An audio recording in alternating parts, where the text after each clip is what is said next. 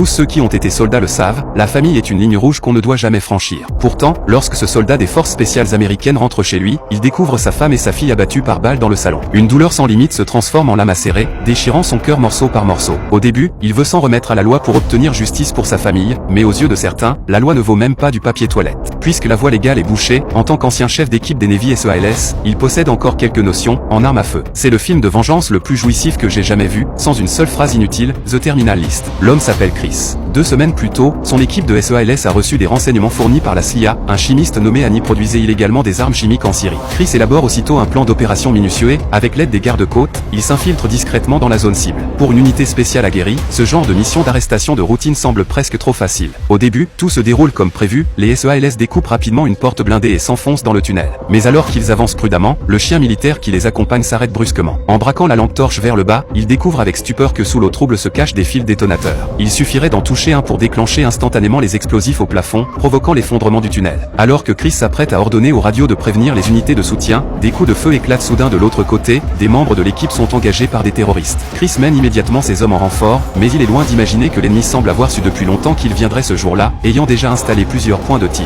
Pris totalement au dépourvu, l'équipe est violemment prise sous le feu.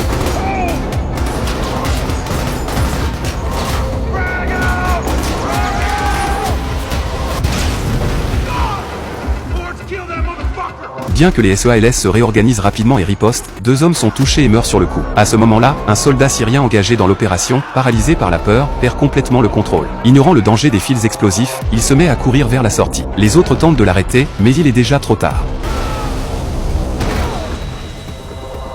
Lorsque Chris reprend connaissance, les renforts sont arrivés. Mais le bilan est catastrophique, seul lui et le radio, Boozer, ont survécu. Pendant l'évacuation, Chris a le vague sentiment que leur plan d'opération avait été divulgué à l'avance. Face aux 12 membres de son unité tombés au combat, son esprit reste longtemps en proie au tumulte. Plus il y pense, plus il trouve cette mission suspecte. Par la suite, Chris est interrogé par une commission d'enquête. Mais un enregistrement audio de l'opération lui glace le sang. Selon cet enregistrement, c'est Chris lui-même qui aurait donné un ordre erroné susceptible de provoquer l'explosion. Il reste figé, il se souvient parfaitement que celui qui a déclenché la catastrophe était le soldat syrien. Pourtant, les données de la caméra indiquent que l'auteur de l'erreur, sous le coup de l'émotion, serait l'un de ses propres hommes. Chris est convaincu que quelqu'un a falsifié l'enregistrement, mais l'équipe d'enquête estime que son traumatisme crânien a altéré sa mémoire et souhaite lui faire passer une IRM cérébrale. Mais l'esprit en plein chaos, Chris refuse tout examen. Avant de quitter la Syrie pour rentrer aux États-Unis, il se rend au bar de la base avec Boozer, le seul autre survivant. Autour d'un verre, ils évoquent leur frère d'armes disparu. Une journaliste s'approche alors, cherchant à obtenir des détails sur la mission, mais Chris la repousse sèchement.